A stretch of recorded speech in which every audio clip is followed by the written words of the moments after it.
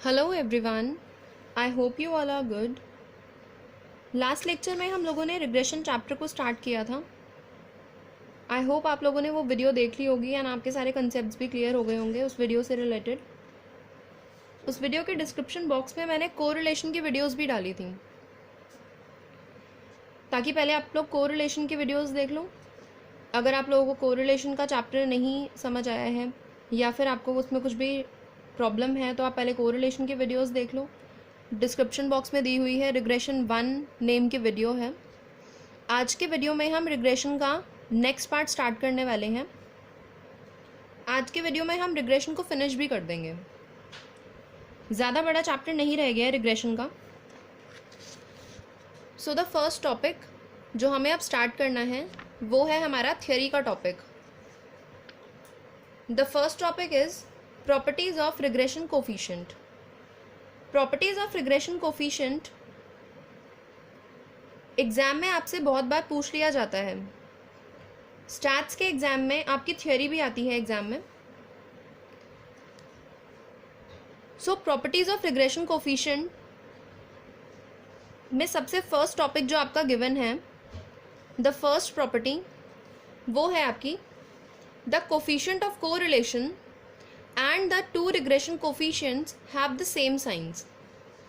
इसका मतलब क्या है? सबसे पहले तो हम कोफिशिएंट ऑफ कोरिलेशन को r से डिनोट करते हैं एंड टू रिग्रेशन कोफिशिएंट्स को bxy and byx। bxy is regression coefficient of x on y and byx is regression coefficient of y on x। यहाँ पे बात की जा रही है कि सबसे मेन प्रॉपर्टी जो फर्स्ट प्रॉपर्टी है दैट इज जो कोफिशिएंट ऑफ कोरिलेशन है दैट इज r की प्रॉपर्टी, और टू रिग्रेशन कोफिशिएंट्स हैं byx एंड bxy, यहाँ पर इनके सेम साइन होते हैं। दैट मीन्स हमने लास्ट लेक्चर में भी ये चीज़ पढ़ी थी कि अगर मुझे r की वैल्यू निकालनी होती है तो r की वैल्यू निकालने के लिए मुझे under root of byx into bxy का फॉर्मूला पुट करना होता है, जिससे मेरी r की वैल्यू आ जाती है। r की वैल्यू के बारे में भी हम पहले पढ़ चुके हैं कोरिलेशन के चैप्टर में भी। अगेन रिग्रेशन में भी मैंने आपको ये सारी चीज़ें बताई थी कि r की वैल्यू हमारी -1 से +1 के बीच में लाई करती है। सो यहाँ पर जो साइन byx का होगा सेम साइन होता है bxy का, या तो दोनों नेगेटिव होंगे या फिर दोनों पॉजिटिव होंगे। और उस केस में जब इन दोनों का साइन सेम होता है तो हमारा ऑटोमेटिकली जो कोरिलेशन कोफिशिएंट का साइन होता है वो भी हमारा सेम ही आता है।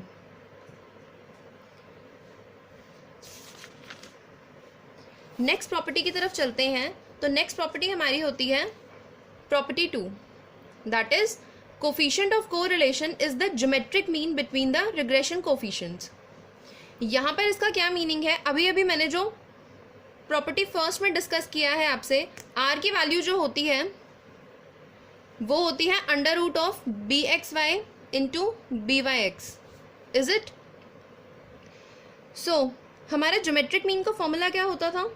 अंडर रूट ऑफ ab या फिर अंडर रूट ऑफ जितने भी हमारे ऑब्जर्वेशंस होते थे हम उनको मल्टीप्लाई करके उनका स्क्वायर रूट निकाला करते थे।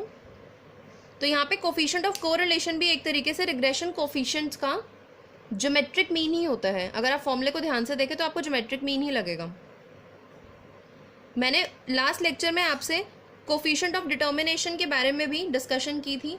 कोफिशिएंट ऑफ डिटर्मिनेशन होता है अगर मैं r को r स्क्वायर कर दूं तो उस केस में यहाँ से bxy और byx में से अंडर रूट हट जाता है, तो r स्क्वायर मेरा कोफिशिएंट ऑफ डिटर्मिनेशन होता है। कोफिशिएंट ऑफ डिटर्मिनेशन से भी एक क्वेश्चन पूछ लिया जाता है, तो आप लोगों को इस बारे में भी नॉलेज होनी चाहिए। Then come to the property third. So if one of the regression coefficients is greater than unity, the other must be less than unity। इसका मीनिंग क्या है? अगेन r की वैल्यू क्योंकि -1 से +1 के बीच में लाया करती है, तो हमें इतना तो पता है कि हमारी लिमिटेशन ये है कि r की वैल्यू 1 से ग्रेटर तो नहीं जाएगी। जब मुझे ये पता है कि मुझे bxy और byx की वैल्यू जो है, मुझे byx और bxy की वैल्यूज जो भी होंगी वो 1 से ग्रेटर नहीं जानी चाहिए। तो इस केस में एक लिमिटेशन ये होती है कि इफ़ इन केस मेरा अगर byx ग्रेटर आ रहा है तो उस केस में मेरे बी एक्स वाई को यूनिटी से कम होना पड़ेगा, यूनिटी हमारा 1 होता है। ओके, इस केस में हमारी जो कंडीशन लाई करती है वो ये होती है that r square must be less than equal to 1। अगर आपकी यही कंडीशन आ रही है दैट मीन्स आपका जो क्वेश्चन है, आपने जो उसमें सॉल्व किया है वो सारा ट्रू के बेसिस पे निकलेगा। So last property is property fourth, the regression coefficients are independent of change of origin but not of scale. College की क्लास में भी मैंने आपसे ये चीज़ डिस्कस की थी कि यहाँ पे ओरिजिन और स्केल का क्या मीनिंग होता है। ओरिजिन को मैंने याद करने का आपको वे बताया था। ओरिजिन की बात अगर हम हमारी की जाए तो यहाँ से ओरिजिन प्लस और माइनस से हम डिनोट करते हैं। ओरिजिन का मतलब क्या होता है कि अगर एक ऑब्जर्वेशन है, सपोज ऑब्जर्वेशन एक्स, अगर मैं उसमें किसी भी नंबर को, मैं उसमें सारे के सारे किसी भी नंबर से सब नंबर्स को प्लस या माइनस कर दूँ, ओके, तो वहाँ पर रिग्रेशन कोफिशिएंट को उससे कोई फर्क नहीं पड़ेगा। बट नॉट ऑफ स्केल का यहाँ पे मीनिंग क्या है कि अगर मैंने एक्स या वाई की सारी ऑब्जर्वेशन को किसी सेम नंबर से मल्टीप्लाई या डिवाइड कर दिया तो रिग्रेशन कोफिशिएंट की वैल्यू इसकी वजह से बिल्कुल इफेक्ट होगी। इसीलिए लिखा है that the regression coefficients are independent of change of origin but not of scale. That means independent होती है चेंज ऑफ ओरिजिन से, प्लस माइनस से कोई फर्क नहीं पड़ेगा अगर मैंने ऑब्जर्वेशन को कर दिया। बट स्केल की वजह से, दैट मीन्स अगर मैंने मल्टीप्लाई या डिवाइड कर दिया है किसी सेम नंबर से सारी ऑब्जर्वेशंस को, तो उसकी वजह से रिग्रेशन कोफिशिएंट इफेक्ट होगा। यहीं से मुझे एक और जो कॉन्सेप्ट पता चलता है, इसी कॉन्सेप्ट से निकलता हुआ, वो ये है कि हमने ये पहले भी पढ़ा हुआ है कि u जो होता है, स्टेप डेविएशन का जो u होता है, वो u कैसे निकलता है, x माइनस ए अपॉन एच, और यहाँ पे v की वैल्यू जो होती है वो निकलती है y माइनस बी अपॉन के। यहाँ पे a होता है जो मैं x में से कोई भी एक नंबर एज्यूम करती हूँ, और यहाँ पे b होता है जो मैं y की जो ऑब्जर्वेशंस होती हैं उसमें से कोई एक नंबर एज्यूम करती हूँ। h यहाँ पे होता है कोई भी वो एक कॉमन नंबर जिससे आप डिवाइड करना चाहते हैं सो दैट आपकी कैलकुलेशन ईजी हो जाए। k यहाँ पे वो नंबर होता है जिसे मैं y में से कुछ भी अपने आप लेट कर सकती हूँ, सेम थिंग जैसे h होता है। सो बेसिकली h और k जो है यहाँ पे वो ऐसे कॉमन नंबर्स हैं जिसकी वजह से मैं अपनी कैलकुलेशन ईजी कर सकती हूँ। Now a b and h which is greater than 0, आप 0 नहीं ले सकते हो, अदरवाइज आपका आंसर 0 आ जाएगा। एंड k जो है यहाँ पे वो भी ग्रेटर देन 0 है। ये सारे कॉन्स्टेंट्स होते हैं। तो देखा जाए तो बी एक्स वाई की वैल्यू यहाँ पे h अपॉन के बी यू वी से निकल सकती है। यहाँ पे यू वी का मतलब क्या है, u v means regression coefficient of u on v। That means यहाँ पे u जो है वो डिपेंडेंट है v के ऊपर, और u की वैल्यू जो है वो हमारी x ऑब्जर्वेशन के अकॉर्डिंग निकलती है, और v की वैल्यू हमारी y ऑब्जर्वेशन के अकॉर्डिंग निकलती है। Same thing with b y x, y x है तो यहाँ पे k upon h b v u हो जाएगा। दैट मीन्स y जो है यहाँ पे v जो है इस केस में डिपेंडेंट है और u जो है वो यहाँ पे इंडिपेंडेंट है। सो इन पर्टिकुलर अगर हमें लेट करना हो और हम h और k को 1 लेट कर लें तो इस केस में हमारा यहाँ पे क्या होगा, अगर हम h और k को दोनों यहाँ पे इक्वेशन में 1 लेट कर लेते हैं तो मेरी इक्वेशन कुछ ऐसी आएगी, that is u equals to x minus a and v equals to y minus b. अब देखा जाए तो u जो है वो तो मैंने बी एक्स वाई के अकॉर्डिंग लिया है, और यहाँ पे x माइनस ए की बात अगर की जाए तो वो बी यू वी के अकॉर्डिंग निकलेगा। तो यहाँ पे एक चीज़ पता चल जाती है कि अगर स्टेप डेविएशंस का क्वेश्चन मेरे पास आता है, मेरे पास डेविएशन के अकॉर्डिंग अगर मुझे क्वेश्चन सॉल्व करना है, तो आप बी एक्स वाई की जगह बी यू वी के अकॉर्डिंग भी अगर क्वेश्चन सॉल्व करेंगे तो क्वेश्चन में सोल्यूशन ईजिली आपका हो जाएगा, उसमें कोई ऐसे डाउट्स नहीं आएंगे। साथ में एक और चीज़ अगर मैं आप लोगों के साथ डिस्कस करूं तो वो सबसे इम्पॉर्टेंट चीज़ यही है कि मुझसे काफ़ी बच्चों ने ये क्लास में भी क्वेश्चन पूछा था। अभी जो मैंने लास्ट आपके साथ लाइव क्लास ली थी, कुछ बच्चों ने मुझे पर्सनली भी मैसेज किया था कि मैम हमें ये चीज़ नहीं समझ आ रही है कि हम कौन से क्वेश्चन में कैसा फॉर्मूला लगाएं, क्योंकि आपने बी एक्स वाई और बी वाई एक्स के बहुत सारे फॉर्मूले बताए हैं, तो हमें ये समझ नहीं आ रहा कि हम उसे अज्यूम के अकॉर्डिंग निकालें या फिर हम उसे सिंपल सॉल्व कर दें या फिर हम यूवी का फॉर्मूला लगाएं। तो इसके लिए सबसे बेस्ट मेथड क्या होता है कि आप ये पहले डिसाइड करिए कि आपने कौन सा फॉर्मूला पुट करना है, क्योंकि आपके एग्जाम के अंदर क्वेश्चन के साथ ये लिखा हुआ नहीं आता है कि आपको इस मेथड से ही पर्टिकुलरली क्वेश्चन सॉल्व करना है। आप क्वेश्चन किसी भी मेथड से सॉल्व कर सकते हैं। आप क्वेश्चन उस मेथड से सॉल्व करिए जिस मेथड से आपका क्वेश्चन इजीली सॉल्व हो जाए। और इसका सबसे बेसिक जो एक तरीके से आप बोल सकते हो आइडिया है कि क्वेश्चन कैसे इजीली सॉल्व होगा। सबसे पहले अगर आपने मीन निकालना है तो आप सिंपल मीन निकाल कर देखिए, एक्स और वाई दोनों केसेस में, sigma x upon n, sigma y upon n. Sigma x upon n से आप एक्स और वाई का दोनों का एक्स का मीन निकालिए, and sigma y upon n से आप वाई का मीन निकालिए। दोनों का मीन निकालने के बाद ये चेक करिए कि क्या किसी का मीन डेसिमल में तो नहीं आ रहा है, क्योंकि अगर मीन डेसिमल में आ रहा होगा तो ऑब्वियसली आप उसके बाद जो भी कैलकुलेशन करोगे वो आपकी डेसिमल में आएगी और आपका उतना ही टाइम ज़्यादा कंज्यूम होगा। तो हमें टाइम कंज्यूम नहीं करना है। मैं स्टार्टिंग से आपको यही समझाती हुई आई हूँ अपने यूट्यूब की जितनी भी वीडियोज़ हैं उसमें, कि हमें अपना एग्ज़ाम टाइम पे भी फिनिश करना है और हमें अपना एग्ज़ाम बिल्कुल ठीक तरीके से सॉल्व भी करना है। तो उसमें हम वही वाला मेथड यूज़ करेंगे जहाँ पे हमारा टाइम कम से कम कंज्यूम होगा और हमने एक्यूरेसी भी दिखानी है उस केस में।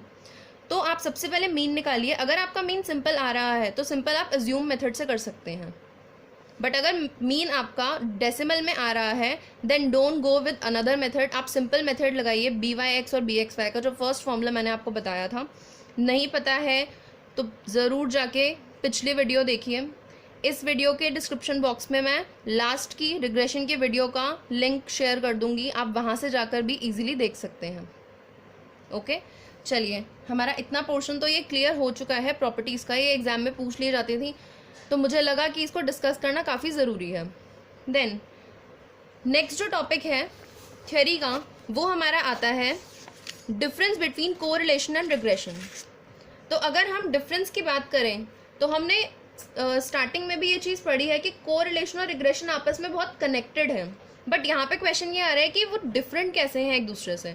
हमें ये पता है कि कोरिलेशन के बिना रिग्रेशन समझ नहीं आएगा। मतलब कोरिलेशन एक तरीके से आप बेस समझ सकते हो रिग्रेशन का।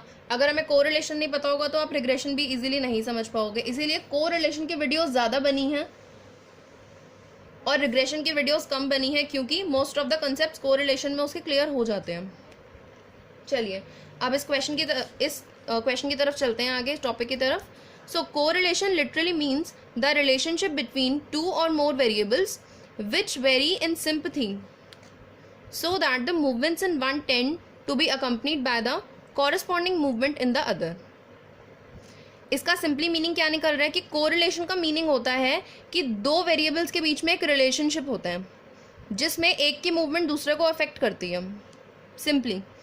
ऑन द अदर हैंड अगर हम रिग्रेशन की बात करें तो रिग्रेशन मीन्स स्टेपिंग बैक और returning to the average value and is a mathematical measure expressing the average relationship between the two variables. हमें कोरिलेशन में ये नहीं बताया गया कि रिलेशन कैसा है। मैंने ये लास्ट वीडियो में भी डिस्कस किया था कि रिग्रेशन में हमें ये पता चलता है कि नेचर क्या है रिलेशनशिप का, बट कोरिलेशन में हमें सिर्फ ये पता चलता है कि डिग्री क्या है रिलेशनशिप की। तो यहाँ पे दो ये मेन डिफरेंसेस आ जाते हैं। साथ ही जितनी भी आप रिग्रेशन के जो भी क्वेश्चन सॉल्व करते हो उसमें मीन मेन होता है। तो यहाँ पे इसीलिए बोला गया है that regression mean stepping back और returning to the average value. हम यहाँ पे मीन को बेसिकली बेस बना के चलते हैं। मीन के बिना आप क्वेश्चन को नहीं सॉल्व कर पाओगे एक तरीके से। मीन बहुत ज़रूरी होता है यहाँ पे निकालना, क्योंकि अगर आप रिग्रेशन लाइंस निकालोगे तो वहाँ पे आपकी जो मीन की वैल्यूज़ हैं वो निकालनी काफ़ी ज़रूरी हैं। So correlation analysis, second point है that correlation analysis attempts to determine the degree of relationship between variables. यहाँ पे मैंने अभी ये डिस्कस किया है कि कोरिलेशन डिग्री बताती है रिलेशनशिप की। On the other hand regression analysis attempts to establish the nature of relationship between variables, that is to study the functional relationship between variables and thereby provide a mechanism for prediction or forecasting। like अगर मुझे ये देखना है regression coefficient के case में, अगर मुझे forecasting करनी है किन्हीं भी दो वेरिएबल्स के बीच में, तो मैं इजीली रिग्रेशन को यूज़ करके कर सकती हूँ, बट कोरिलेशन उसमें काम नहीं आएगा। उसमें से वो डिग्री पता चलेगी कि कितना इफेक्ट पड़ सकता है, बट क्या इफेक्ट पड़ सकता है मुझे ये रिग्रेशन बताएगा। Then correlation need not imply cause and effect relationship. It is one of the important point in this difference. यहाँ पे बात हो रही है कॉज एंड इफेक्ट रिलेशनशिप की। कोरिलेशन में कभी भी आपको वो कॉज एंड इफेक्ट रिलेशनशिप नहीं बताता। आप अगर ध्यान से देखें तो इसका हर एक पॉइंट एक दूसरे से कनेक्ट है। लाइक फर्स्ट पॉइंट पे मैंने सेकंड की भी बात की है, सेकंड के अंदर मैंने यहाँ पे थर्ड की भी बात की है। तो बहुत आपस में रिलेट करते हैं ये points. So correlation need not imply cause and effect relationship between the variables under study. जबकि रिग्रेशन के केस में यहाँ पे कॉज एंड इफेक्ट की बात होती है कि कॉज एंड इफेक्ट क्या होगा. अब बात करते हैं कि कॉज एंड इफेक्ट रिलेशनशिप क्या होता है. Show cause and effect relationship अगर मैं बहुत ही सिंपल लैंग्वेज में बताऊँ आपको, तो सपोज करो कि अगर मैं कहती हूँ कि कहीं पर रेन हुई है, बारिश हुई है कहीं पर, तो वो है कॉज. बारिश की वजह से जगह जगह पे क्या इफेक्ट पड़ा है. सपोज करो कहीं पर ड्रेनेज प्रॉब्लम है तो वहाँ पे पानी भर गया, तो ये इफेक्ट पड़ा है. या फिर अगर फार्मिंग में था तो फार्मिंग अच्छी हो गई. अगर वो फेवरेबल क्लाइमेट था तो बारिश की वजह से वहाँ पे जो भी क्रॉप प्रोडक्शन होगी वो बहुत अच्छे तरीके से इफेक्ट करेगी. तो कॉज यहाँ पे बारिश है और बारिश की वजह से क्या क्या इफेक्ट पड़ेंगे वो वहाँ पे इफेक्ट है. तो कोरिलेशन हमें ऐसा कुछ भी नहीं बताता. इसीलिए मैं बार बार कह रही हूँ, रिग्रेशन में हमें ये पता चलता है कि नेचर क्या है रिलेशनशिप का. इफेक्ट पड़ा है तो क्या इफेक्ट पड़ा है. 4th पॉइंट देखते हैं. देयर मे बी नॉनसेंस और spurious correlation between two variables which is due to pure chance and has no practical relevance, जैसे कि height and blood pressure of a group of people. तो यहाँ पे ये point में ये बताना चाहते हैं कि नॉनसेंस कोरिलेशन नाम की चीज़ भी हो सकती है, बट नॉनसेंस रिग्रेशन कुछ नहीं होता. क्योंकि रिग्रेशन जो होता है वो प्रॉपर तरीके से, अगर सपोज करो कि अगर आपको कुछ प्रिडिक्ट करना है, कुछ फोरकास्ट करना है, तो आप ऑब्वियसली वो नॉनसेंस तरीके से तो नहीं कर सकते हैं. आपके पास कुछ ना कुछ डेटा होगा जिसके बेसिस पे आप सारी की सारी एजम्पशंस लगा रहे हैं, सब चीज़ें प्रिडिक्ट कर रहे हैं. तो उस केस में अब यहाँ पे इन्होंने एग्जाम्पल दिया है हाइट एंड ब्लड प्रेशर. तो ये कह रहे हैं सपोज करो कि अगर जिसकी हाइट ज़्यादा है उसको ज़्यादा ब्लड प्रेशर होगा, या फिर जिसकी हाइट कम है उसका ब्लड प्रेशर लो होगा. तो ऐसा कुछ ज़रूरी नहीं है, क्योंकि हाइट से ब्लड प्रेशर का एज सच कोई रिलेशनशिप नहीं होता है. आप ये देख सकते हैं कि if in case blood pressure अगर किसी पर्सन का ज़्यादा है तो हो सकता है कि उसको हाइपरटेंशन की प्रॉब्लम हो सकती है, तो वहाँ पे वो केसेस अलग चले जाते हैं. बट यहाँ पे हाइट से आप ब्लड प्रेशर का प्रॉपर रिलेशनशिप नहीं बता सकते, तो it's a kind of nonsense. तो यहाँ पे कोरिलेशन नॉनसेंस हो सकता है बट रिग्रेशन नॉनसेंस नहीं हो सकता. 5th point is correlation analysis is confined to the study of linear relationship between the variables and therefore has limited applications. तो यहाँ पे बात की जाए तो correlation analysis जो है वो study of linear relationship को ही बताता है बेसिकली वेरिएबल्स के बीच में, और इसीलिए इसकी लिमिटेड एप्लीकेशन है. मतलब आप इसे हर जगह यूज़ नहीं कर सकते हो. लेकिन रिग्रेशन एनालिसिस के केस में यहाँ पर बहुत जगह रिग्रेशन यूज़ होता है. इसीलिए रिग्रेशन 2 तरीके से यूज़ होता है, एक लीनियर वे में भी और एक नॉन लीनियर वे में भी. आपके कोर्स में जो चैप्टर है उस केस में सिर्फ आपका सिंपल लीनियर रिग्रेशन है, इसलिए हम सिर्फ लीनियर का टॉपिक पढ़ रहे हैं, बट नॉन लीनियर रिग्रेशन भी होता है. आगे बढ़ते हैं. Correlation coefficient r x y और simply r between 2 variables is symmetric. इसका मीनिंग क्या है यहाँ पर देखिए ध्यान से. लिखा हुआ है दैट अगर मैं कोरिलेशन कोफिशिएंट लिखती हूँ एक्स वाई, या फिर मैं अगर कोरिलेशन कोफिशिएंट लिखूँ वाई एक्स, तो यहाँ पे कोई ज़्यादा चेंजेस नहीं है, क्योंकि मैंने दोनों को ही इंक्लूड करके कोरिलेशन कोफिशिएंट निकालना है. आंसर विल बी सेम, इसलिए यहाँ पर लिखा है कि सिमेट्रिक ही होगा. But in case of regression coefficient, तो हमने रिग्रेशन कोफिशिएंट में तो 2 कोफिशिएंट पढ़े हैं, b y x and b x y. यहाँ पर इंडिपेंडेंट और डिपेंडेंट वेरिएबल का बहुत बड़ा कंट्रीब्यूशन है. इस केस में हमारी लाइंस भी अलग अलग होती हैं, रिग्रेशन लाइंस. तो आप ये नहीं बोल सकते हैं कि बी एक्स वाई जो रिग्रेशन कोफिशिएंट है वो आपका बी वाई एक्स के इक्वल है. नेक्स्ट केस आता है आपका correlation coefficient is independent of change of origin and scale. मतलब कोरिलेशन कोफिशिएंट जो है ना तो उसे प्लस माइनस से फर्क पड़ेगा, ना ही उसे मल्टीप्लाई डिवाइड से. लेकिन रिग्रेशन में अभी हमने प्रॉपर्टीज में पढ़ा था कि ओरिजिन से तो कोई फर्क नहीं पड़ता है रिग्रेशन कोफिशिएंट को, बट स्केल से ज़रूर फर्क पड़ता है. आई होप आपको थियोरी पार्ट तो क्लियर हो गया होगा. थियोरी पार्ट आपका क्लियर अगर हो गया है तो हम लोग प्रैक्टिकल क्वेश्चंस की तरफ चलते हैं. तो प्रैक्टिकल क्वेश्चंस जो आज मैंने करवाने हैं उसमें सबसे फर्स्ट टॉपिक है मेरा determining the line of regression of y on x and that of x on y out of the given 2 regression lines. See here, determining the line of regression of y on x and that of x on y out of the given 2 regression lines. इस topic का meaning क्या है? सबसे पहले तो इसका meaning ये है कि अभी तक हमने जो सिंपल क्वेश्चंस किए हैं उसमें हमें कुछ वैल्यूज गिवन होती थी regarding regression coefficient and regression lines, और हम सिंपली उसे सॉल्व कर देते थे. बट अब की बारी हमें क्वेश्चन के अंदर दो इक्वेशन गिवन होंगी, इक्वेशन जो गिवन है उससे हमें क्या निकालनी है, रिग्रेशन लाइंस निकालनी है और रिग्रेशन कोफिशिएंट जो भी हमसे क्वेश्चन में पूछा गया होगा हमें सिंपली वो निकालना है। तो चलते हैं क्वेश्चन नंबर 8 की तरफ, प्रैक्टिकल क्वेश्चंस। तो यहाँ पे प्रैक्टिकल क्वेश्चंस देखा जाए तो ये पेज नंबर 446, पेज नंबर 446 का प्रैक्टिकल क्वेश्चन नंबर 8 में करवा रही हूँ। तो एक बार हम क्वेश्चन पढ़ लेते हैं। देखिए, find the means of x and y variables and the coefficient of correlation between them from the following two regression equations. तो यहाँ पर मीन निकालना है x and y वेरिएबल्स का, साथ में कोफिशिएंट ऑफ कोरिलेशन भी निकालना है और मुझे रिग्रेशन इक्वेशन इस बार इस फॉर्म में गिवन है।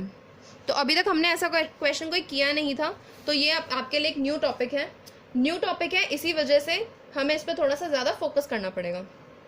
तो देखते हैं इस क्वेश्चन को। देखिए, सबसे पहले मुझे क्वेश्चन के अंदर गिवन है two regression equations. Two regression equations मुझे एक ये गिवन है, दूसरी ये गिवन है। इस केस में देखिए, since both the lines of regression pass through the mean values, अभी हमने रिग्रेशन के केस में जो थियोरी पढ़ी है उसमें हमने ये पढ़ा था कि जो रिग्रेशन की वैल्यूज़ होती हैं वहाँ पे मीन वैल्यूज़ काफ़ी ज़रूरी होती हैं। तो इसीलिए क्योंकि सारी चीज़ें मीन पे ही डिपेंड करती हैं और मीन से ही पास होती हैं जो रिग्रेशन लाइंस हैं, तो उस केस में हमने इन दोनों को मीन लेट कर लेना है। लाइक जो y है यहाँ पर वो मीन ऑफ y है एंड x यहाँ पे मीन ऑफ x है। दोनों इक्वेशंस में हम ऐसे ही करेंगे। इक्वेशंस को हम सॉल्व करने के लिए इस तरीके से लिख देते हैं, कांस्टेंट टर्म को हम इक्वल्स टू के उधर साइड ले जाते हैं। Then solving these above equations for mean of x and mean of y, simply मैंने इसे सॉल्व किया है बाय एलिमिनेशन मेथड, जो हम करते थे स्कूल टाइम पे अपने 10th क्लास के अंदर। तो 10th क्लास में हम एलिमिनेशन मेथड से सॉल्व किया करते थे। एलिमिनेशन मेथड से सॉल्व करके मेरा सिंपली यहाँ पे आंसर आ गया है y equals to 90। Now y equals to 90 अगर देखा जाए तो पुट जो y इक्वल्स टू 90 है इन इक्वेशन फर्स्ट, तो मैंने पुट कर दिया है y की वैल्यू को 90 इक्वेशन फर्स्ट के अंदर। तो इक्वेशन फर्स्ट में जो y की वैल्यू मैंने पुट की है, तो यहाँ से मुझे x की वैल्यू मिल गई है simply. So my value of x is 130। तो यहाँ से मुझे दोनों का मीन मिल गया। तो मेरे 3 पार्ट्स है क्वेश्चन के अंदर जो मुझे फाइंड आउट करने थे। एक तो दोनों का मीन निकालना था, तो वो तो हो चुके हैं। अब मुझे निकालना है कोफिशिएंट ऑफ कोरिलेशन। तो उस केस के लिए हम क्या करेंगे, ध्यान से देखिएगा इस एग्जाम्पल को। Let us arbitrarily assume that equation 1 is the line of regression of y on x। अब क्या है कि क्वेश्चन में हमें कुछ भी गिवन नहीं है कि y on x कौन सी लाइन है, x on y कौन सी लाइन है। तो इस केस में हमें जो करना है हमें खुद ही अज्यूम करना पड़ेगा। तो मैं अपने अकॉर्डिंग इसको लेट कर लेती हूँ कि जो इक्वेशन फर्स्ट है दैट इज़ ये वाली इक्वेशन, ये इक्वेशन जो है यहाँ पर इस केस में y on x की इक्वेशन है एंड कॉन्सिक्वेंटली अगर पहली वाली इक्वेशन y on x की है तो नेक्स्ट वाली x on y की होगी। अब इसमें ऐसा कोई हार्ड एंड फास्ट रूल नहीं है कि आपको फर्स्ट टाइम में y on x की ही इक्वेशन लेनी है और सेकंड टाइम में x on y की लेनी है। आप चाहो तो फर्स्ट वाली को x on y भी ले सकते हो एंड सेकंड वाली को y on x भी ले सकते हो। It totally depends upon you. Now equation first जो है उस केस में अगर देखा जाए तो सबसे पहला क्वेश्चन तो ये है मैंने ये किया क्यों है। आपको पता है कि कोरिलेशन कोफिशिएंट निकालने के लिए अभी मैंने जो यूज़ किए थे फॉर्मूले, उसके अंदर फॉर्मूला था r equals to under root of b x y into b y x. तो यहाँ से बेसिकली मुझे स्लोप निकालनी है। स्लोप क्या होती है, b x y and b y x. तो स्लोप निकालने के लिए मुझे सबसे पहले निकालने पड़ेंगे दोनों रिग्रेशन कोफिशिएंट की वैल्यू। वैल्यू फाइंड आउट करने के लिए मैंने फर्स्ट इक्वेशन को यहाँ पर लिख दिया है। फर्स्ट इक्वेशन को यहाँ पे सिंपली लिखने के बाद मैं यहाँ पे इसे y on x की इक्वेशन बनाऊंगी। y on x की इक्वेशन बनाने के लिए क्या करना पड़ेगा, मुझे y को यहीं पे छोड़ना पड़ेगा। इसका मतलब क्या है कि y की जो भी वैल्यू आएगी अब वो x पे डिपेंड करेगी, यही मतलब होता है इसका। यहाँ पे मुझे पता चल रहा है कि मैंने 50/2 प्लस मीन ऑफ x/2 ले लिया है। इसे तो मैंने सिंपली जस्ट सॉल्व किया है, ये आपको सॉल्व करना आता है। देन अगर बात करें यहाँ पे मीन ऑफ y की, तो मेरे पास एक फाइनल इक्वेशन आई है इसकी y on x लाइन, जिसे मैं बोल सकती हूँ that is 1/2 mean of x plus 25। अब आप याद करो तो यहाँ पर बी वाई एक्स आया करता था, तो इसीलिए हम इसे बी वाई एक्स ले सकते हैं। तो बी वाई एक्स मेरा क्वेश्चन में क्या आ गया है, b y x equals to 1/2. Same thing we will do with equation second. Equation second मेरी ये है, इसमें मुझे क्या करना है, क्योंकि एक्स ऑन वाई की लाइन रखनी है तो मैं इक्वेशन को एक्स के अकॉर्डिंग पूरा सॉल्व करूंगी.